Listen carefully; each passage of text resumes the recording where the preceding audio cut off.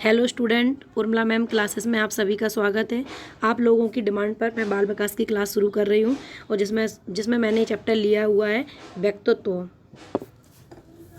आज हम जो पढ़ने जा रहे हैं वो व्यक्तित्व पढ़ने जा रहे हैं और मैं आपको बताऊंगी कि व्यक्तित्व शब्द की उत्पत्ति कहाँ से हुई है, इसका अर्थ क्या होता है, सबसे पहले कहाँ से इसका जन्म हुआ है, इसकी परिभाषाएं क्या क्या हैं, कौन से मनोवैज्ञानिक ने कौन सी परिभाषाएं दी, व्यक्तित्व की विशेषताएं क्या हैं, ये आज मैं आपको पूरा पढ़ाने वाली हूँ।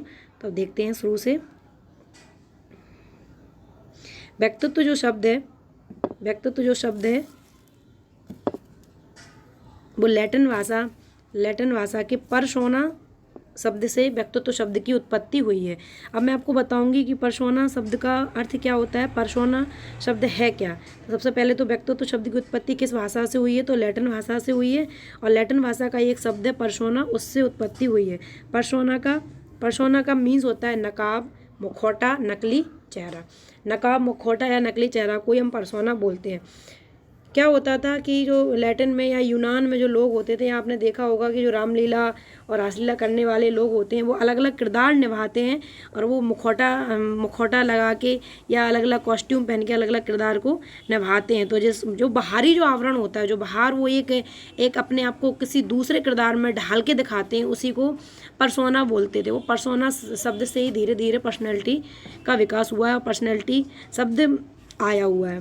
तो यहाँ देखते हैं, आगे बढ़ते हैं और देखते हैं कि यूनानी लोग नकाब पहनकर मंच पर अभिनय करते थे।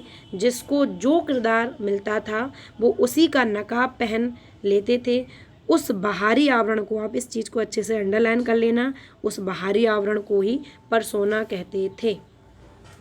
अगर हम बात करें 13वीं सदी तक पर्सोना का मतलब यही होता था कि बाहरी आवरण, किसी दूसरे का किरदार निभाने के लिए जो अभिनय करने वाले होते थे वो कोई दूसरा का कॉस्ट्यूम पहन के अभिनय करते थे, उसको ही क्या बोलते थे हम, उसी को पर्सोना बोलते थे या पर्सनैलिटी बोलते थे। लेकिन 14वीं सदी से पर्सनैलिटी शब्द का अर्थ बदल गया है। जब से देखते हैं मनोविज्ञान में, आगे देखो, मनोविज्ञान में जब से व्यक्तित्व को शामिल किया गया है तब से इसमें बाहरी आवरण के साथ साथ आंतरिक आवरण को भी देखते हैं।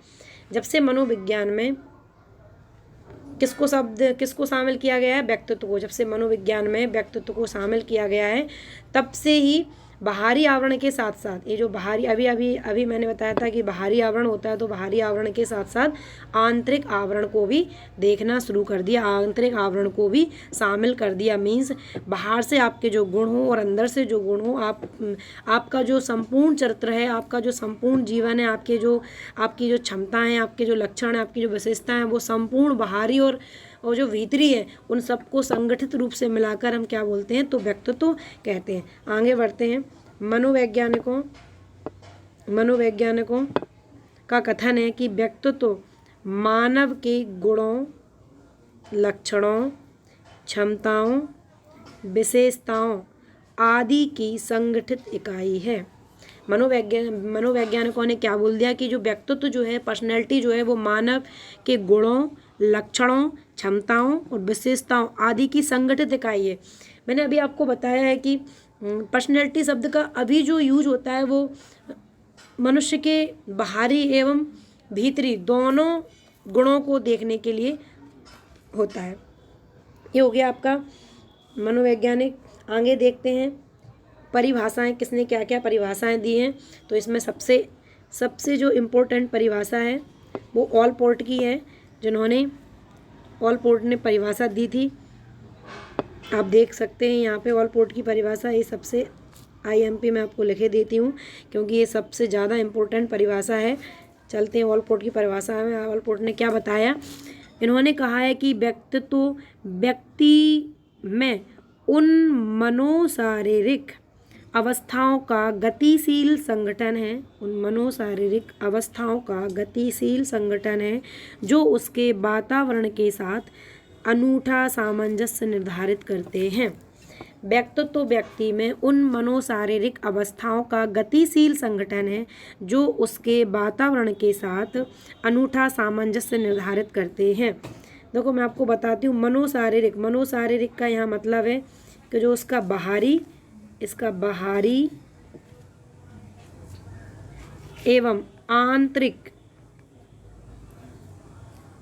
बाहरी और आंतरिक दोनों गुणों को देखें, उसको हम मनोशारीरिक बोलते हैं। दोनों अवस्थाओं का गतिशील, गतिशील हम बोल सकते हैं गत्यात्मक संगठन है, इसके बाहरी आवरण का भी और अंदर के आवरण का भी। और जो आपका बाहरी और आंतरिक जो आवरण है उसका उसके वातावरण के साथ एक अनूठा सामंजस्य, अनूठा मान के चलो आप, अनूठा मतलब अनोखा, एक अनोखा सामंजस्य है, एक अनोखा सामंजस्य निर्धारित करते हैं। एक किसने कहा है? ऑलपोर्ट ने कहा है। इनकी डेफिनेशन आप लोग याद कर लेना, बहुत ज़्यादा इम्पोर्टेंट है, पूछी गई है। अगली डेफिनेशन देखते हैं। अगली डेफिनेशन डेसिल ने दी है। इन्होंने कहा है व्यक्तित्व व्यक्ति के संगठित व्यवहार का संपूर्ण चित्र है। इन्होंने ये बोल दिया कि व्यक्तित्व जो है, पर्सनैलिटी जो है, वो व्यक्ति के संगठित व्यवहार का संपूर्ण चित्र है। उसका जैसा व्यवहार है, जैसा उसका नेचर है, उस संपूर्ण नेचर का जो चित्र है। जैसे मैं आपको अगर किसी का उदाहरण दूँ तो अगर आप कोई आपसे कोई बातें कर रहा है और आपको बातों में बता दिया है कि मेरे कोई रिश्तेदार हैं जो बहुत कॉमेडी करते हैं, बहुत हंसते हैं, बहुत हंसाते हैं, तो आपके दिमाग में तुरंत क्लिक करेगा। अगर आपके आसपास में, आपके जानने वालों में भी अगर कोई ऐसा होगा जो बहुत ज़्यादा कॉमेडी करने वाला होगा, तो आप तुरंत आपको उसकी चेहरा, उसका चित्र आपको सामने दिखाई दे जाएगा। तो डेसिल ने क्या बोला कि व्यक्तित्व व्यक्ति के संगठित व्यवहार का संपूर्ण चित्र है। या किसी की बुराई कर दी, किसी ने बोल दिया, किसी ने, कोई स्टूडेंट है, कोई एक लड़की है, उसने बोल दिया भाई मेरे भाई को तो बहुत तेज़ गुस्सा आता है, वो हर बात पे गुस्सा हो जाता है। तो जो उसकी फ्रेंड थी तो उसको एकदम से याद आ गया कि हाँ ऐसे ही मेरे पापा भी हैं, मेरे पापा को भी हर बात पे गुस्सा आ जाता है। तो क्या हो गया कि एक ही शब्द से उसके पूरे व्यक्तित्व को आपने बता दिया। तो संपूर्ण चित्र, वो एक जो छवि सामने आ गई, इसी को डेसिल ने बताया है कि व्यक्तित्व व्यक्ति के संगठित व्यवहार का संपूर्ण चित्र है। आप याद रखना, जहाँ चित्र की बात हो वहाँ पे आपको क्या याद रखना है कि डेसिल ने संपूर्ण चित्र बताया था व्यवहार का। आगे बढ़ते हैं। अब आप अगली डेफिनेशन देखते हैं गिलफोर्ड की, कि गिलफोर्ड ने क्या डेफिनेशन दी है। गिलफोर्ड ने बताया है कि व्यक्तित्व व्यक्ति के समस्त गुणों का, याद रखना गिलफोर्ड ने किस चीज़ को बताया है, तो गुणों को। व्यक्तित्व व्यक्ति के समस्त गुणों का समन्वित योग है। इन्होंने अवगुणों को नहीं देखा है, इन्होंने सिर्फ गुणों की बात की है। गिलफोर्ड ने किसकी बात की है? सिर्फ और सिर्फ गुणों की बात की। तो इन्होंने क्या बता दिया कि जो व्यक्तित्व जो होता है, पर्सनैलिटी जो होती है, वो व्यक्ति के समस्त गुणों का समन्वित योग होती है। उसके अंदर जितने भी गुण होंगे तो उसकी एक पर्सनैलिटी में उसके कॉन्टेक्ट में आप जैसे ही आओगे तो आपको उसके गुण दिखाई देने लगेंगे। तो गिलफोर्ड ने गुणों का वर्णन किया है। तो याद रखना, गुणों जो गिलफोर्ड से आप गुण को याद रखना कि गिलफोर्ड ने व्यक्तित्व के गुणों के योग को बताया था। अब आगे बढ़ते हैं। एक गिलफोर्ड की डेफिनेशन हो गई, आगे बढ़ते हैं और अब बताती हूँ मैं आपको वुडवर्थ ने क्या बोला है। वुडवर्थ ने कहा है कि व्यक्तित्व व्यक्ति के व्यवहार की समग्र विशेषता है। वुडवर्थ ने क्या कहा है कि व्यक्तित्व व्यक्ति के व्यवहार की समग्र विशेषता है। व्यक्ति जैसा व्यवहार करता है, उस व्यवहार की जो संपूर्ण जो विशेषता होती है उसको व्यक्तित्व कहते हैं, ये वुडवर्थ ने बताया है। आगे बढ़ते हैं, बैलेंटाइन की डेफिनेशन देखते हैं। तो बैलेंटाइन ने क्या डेफिनेशन दी है। बैलेंटाइन ने बताया है कि व्यक्तित्व व्यक्ति की जन्मजात एवं अर्जित प्रवृत्तियों का योग है। अर्जित और जन्मजात, यहाँ पे दो शब्द आए हुए हैं, जन्मजात और अर्जित। तो बैलेंटाइन ने ये कहा है कि व्यक्तित्व जो है वो व्यक्ति की जन्मजात एवं अर्जित प्रवृत्तियों का योग है। जन्मजात मीन्स कुछ ऐसे गुण होते हैं या अवगुण होते हैं जो जन्म से ही आते हैं, जो आनुवंशिक कैरेक्टर होते हैं।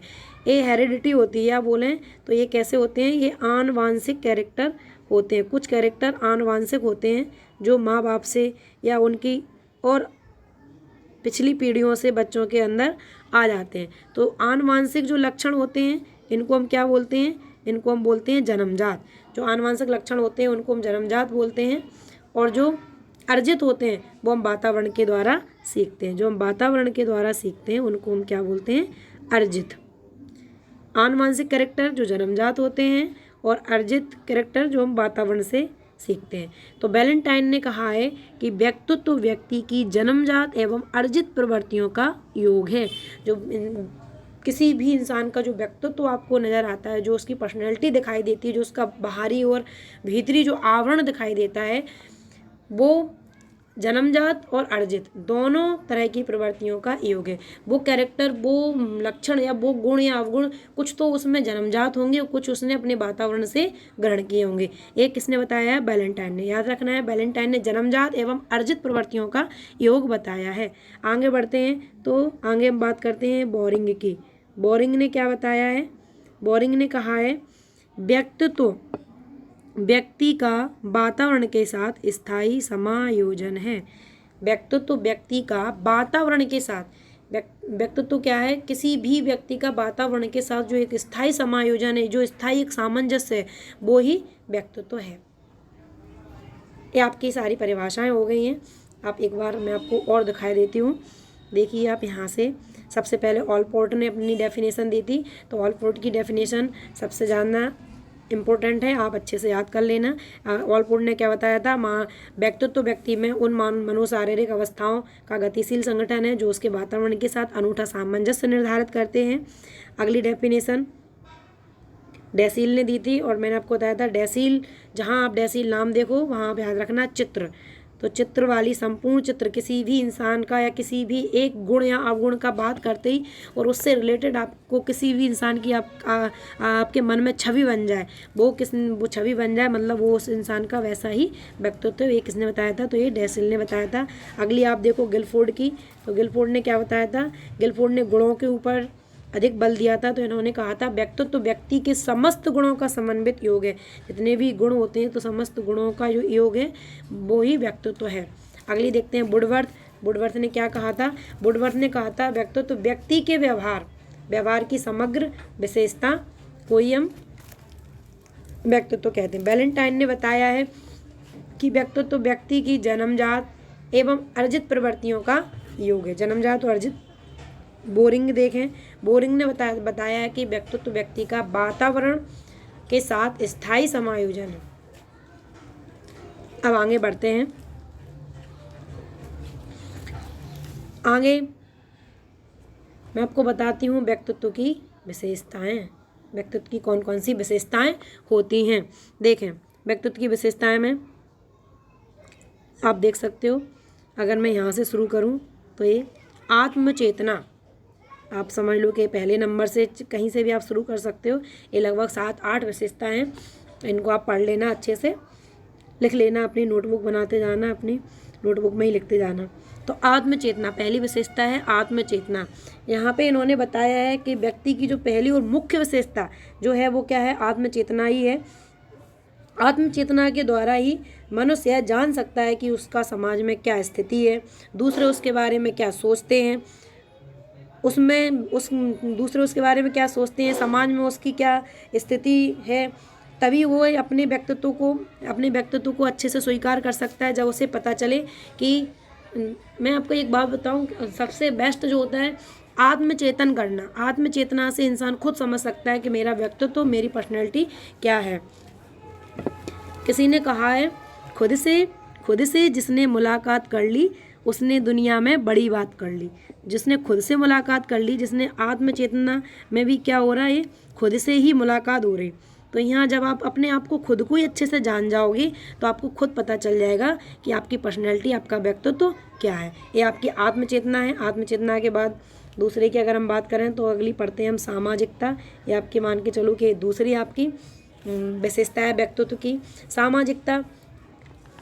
समाज से अगर सामाजिकता की बात करें तो समाज से पृथक होकर तो मनुष्य कोई व्यक्तित्व की परिकल्पना या व्यक्तित्व की कल्पना कर ही नहीं सकता। समाज में रहकर ही वो कल्पना कर सकता है और समाज के साथ ही अंतःक्रिया करके उसको पता चलेगा कि उसका व्यक्तित्व क्या है। जब समाज के संपर्क में आएगा, उसके साथ वो क्रिया करेगा, उसके साथ अंतःक्रिया करेगा, तभी उसको ये पता चलेगा कि उसकी पर्सनैलिटी, उसका व्यक्तित्व कैसा है। समाज के द्वारा ही उसको ये चीज़ की जानकारी मिलेगी। व्यक्तित्व में सामाजिकता की विशेषता तो होना अनिवार्य है।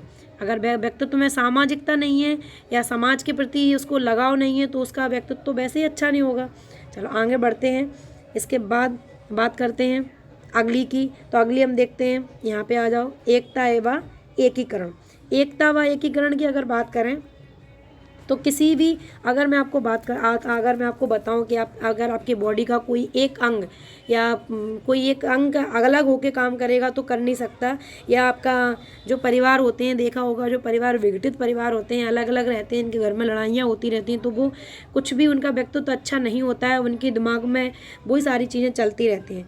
तो एकता व व्यक्तित्व के विशेषताओं में हम पढ़ेंगे, एकता व एकीकरण में देखेंगे कि अगर आप समाज के साथ एकीकरण बना के चलते हो, जैसे शरीर का कोई एक अंग अलग हो जाएगा तो वो काम नहीं कर सकेगा, वैसे ही अगर आप में अपने व्यक्तित्व में कोई एक अवयव तो आएगा नहीं, व्यक्तित्व में बहुत सारे अवयव होते हैं, जैसे आपके शारीरिक, मानसिक, नैतिक, सामाजिक, संवेगात्मक, ऐसे एक्स्ट्रा बहुत सारे अवयव जब साथ में मिलते हैं तब व्यक्तित्व का विकास अच्छे से हो पाता है। आप अकेले अपना व्यक्तित्व का विकास नहीं कर सकते हो। तो एकता और एकीकरण का अर्थ या मतलब यही हुआ है। आगे बात करते हैं, आगे देख लें, आप इधर आ जाओ, ये वाली देख लेते हैं, शारीरिक व मानसिक स्वास्थ्य। शारीरिक व मानसिक स्वास्थ्य, तो व्यक्तित्व निर्माण में ये इसकी भी बहुत बड़ी भूमिका होती है, शारीरिक व मानसिक स्वास्थ्य की। अगर आप शारीरिक रूप से या मानसिक रूप से स्वस्थ नहीं होगे तो आपका विकास हो ही नहीं सकता। आपके विकास के लिए या आपके व्यक्तित्व के लिए सबसे पहले क्या ज़रूरी है कि आप शारीरिक रूप से स्वस्थ हो, तभी आपका विकास हो सकता है।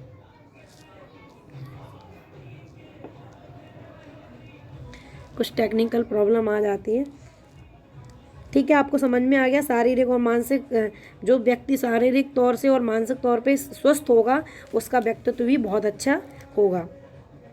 आगे देखते हैं, आगे बात करें सामंजस्यता की।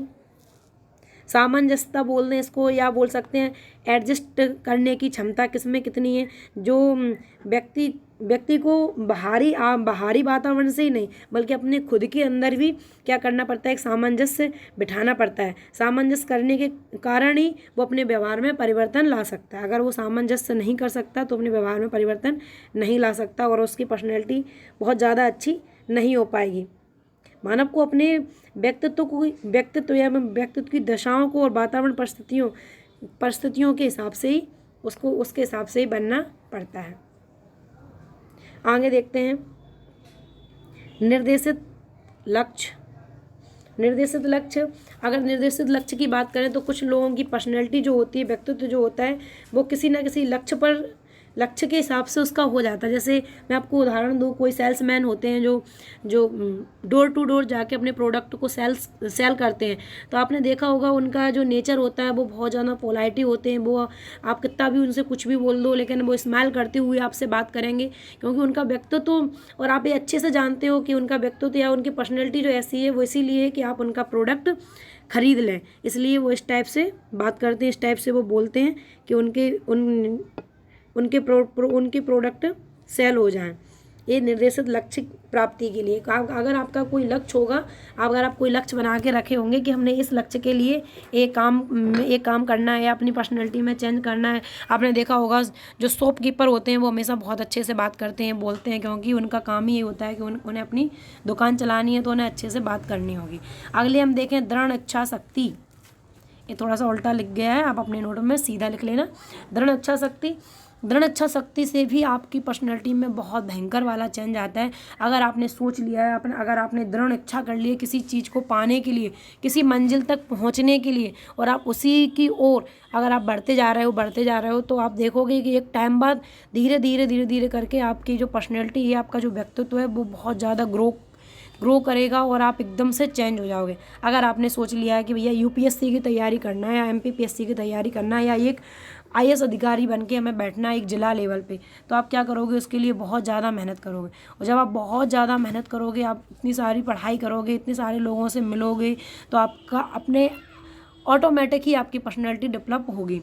तो ये दृढ़ इच्छा शक्ति ये बोलती है, अगर आप किसी चीज़ के लिए दृढ़ इच्छा रख लोगे तो वो शक्ति आपको आपकी पर्सनैलिटी में धीरे करके चेंज लाएगी। आगे अगली की हम बात करते हैं, तो अगला जो है वो है विकास की निरंतरता। कभी भी ये नहीं सुना होगा ना, कभी भी किसी ने ये बोला होगा कि नहीं व्यक्तित्व बस या पर्सनैलिटी जो व्यक्तित्व का बस अब पूर्ण विकास हो गया है, अब इसका निर्माण नहीं होगा, अब तो व्यक्तित्व हमारे व्यक्तित्व का पूर्ण विकास हो चुका। तो जो व्यक्तित्व विकास है या हम बोलें कि पर्सनैलिटी का जो डेवलप होता है, विकास जो होता है वो जीवन पर्यंत चलता है, मरते दम तक चलता ही रहता है। तो विकास की निरंतरता मीन्स जब आप अच्छा करते जाओगे तो आपकी पर्सनैलिटी बराबर ग्रो करेगी, बराबर अच्छी होती जाएगी। और इसके लिए एक गैरिसन नाम के एक मनोवैज्ञानिक थे, लिख लेना आप अलग से, यहाँ पे मैं लिखे देती हूँ। गैरिसन नाम के जो मनोवैज्ञानिक थे उन्होंने लिखा है व्यक्तित्व निरंतर निर्माण की क्रिया में रहता है।